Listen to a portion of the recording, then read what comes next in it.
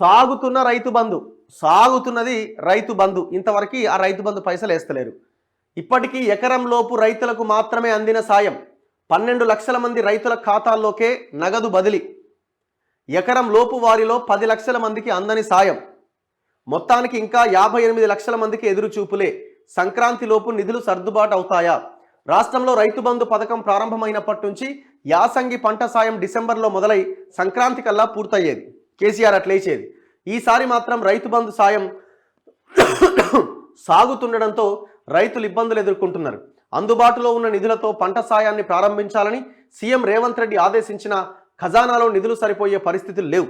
దీంతో పంట పెట్టుబడికి అప్పులు తప్పవా అని రైతులు ఆందోళన చెందుతున్నారట. రేవంత్ రెడ్డి ఆదేశాలతో ట్రెజరీ, ఆర్థిక శాఖ, వ్యవసాయ అధికారులు చకచకా రైతు బంధు నగదు బదిలీ ప్రారంభించారు. ఈ నెల 13వ తేదీన ఈ కార్యక్రమం ప్రారంభమైన తొలుత 1 ఎకరం లోపు రైతులకు నగదు బదిలీ చేయాలని నిర్ణయించారు. రాష్ట్రంలో మొత్తం 70 లక్షల మంది రైతులుంటే వారు 1.5 కోటి ఎకరాల్లో సాగు చేస్తున్నారు. ఎకరం లోపు పొలాలున్న వారి సంఖ్య 22 లక్షలైతే 12 లక్షల మందికి మాత్రమే రైతు బంధు సాయం అందింది. ఈ కేటగిరీలో మిగతా 10 లక్షల మందికి పైసా సాయం అందలే. నిజానికి ఎకరం లోపు పొలాలు ఉన్న 22 లక్షల మందికి రైతు బంధు అందించాలంటే 650 కోట్లు కావాలి. 650 కోట్లే లేవా? ఇప్పుడు 650 కోట్లే లేవా? ఇంత పెద్ద గవర్నమెంట్ కథ వ్యవహారం.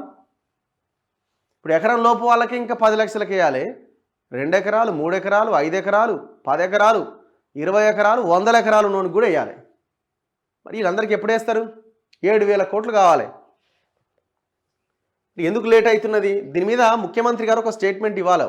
అసలు ఇప్పుడు ఈ వైట్ పేపర్ రిలీజ్ చేస్తాం, అది చేస్తాం, ఇవన్నీ కావు. ఫస్ట్ మీరు ఆ రైతు బంధు పైసలు ఎందుకు వేయట్లేదు అన్నది రైతులకు క్లారిటీ ఇస్తే వాళ్ళకు ఉంటుంది. వాళ్ళకు ఇంకొక 15 రోజులు ఆగండి అంటే ఆగుతారు. మీరు ఏదో ఒకటి స్టేట్మెంట్ ఇవ్వండి. ఎవరు ఏ మినిస్టర్ మాట్లాడి ఎవరు ఆన్సర్ చెప్పారు? ఎట్లా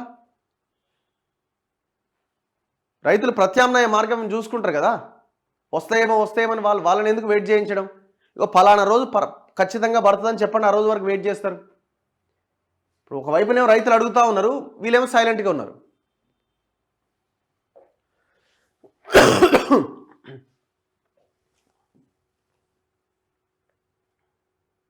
మేము అందుకే అంటున్నాం కదా, ఇప్పుడు ఫైనాన్షియల్ స్టేటస్ చాలా దారుణంగా ఉన్నది, ఏం చేయలేకపోతున్నామని తప్పించుకోవడానికి అవకాశం లేదు.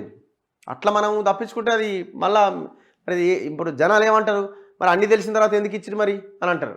మీరేమో మళ్ళీ కొత్తది కూడా ఇచ్చేది కాదు కదా, పాతదే ఇస్తున్నారు కదా. ఈ క్వశ్చన్ కూడా ఉన్నది ఆల్రెడీ. సో అందుకే ఇమీడియట్గా ఆ రైతు బంధు డబ్బులు రైతులకు వేయండి.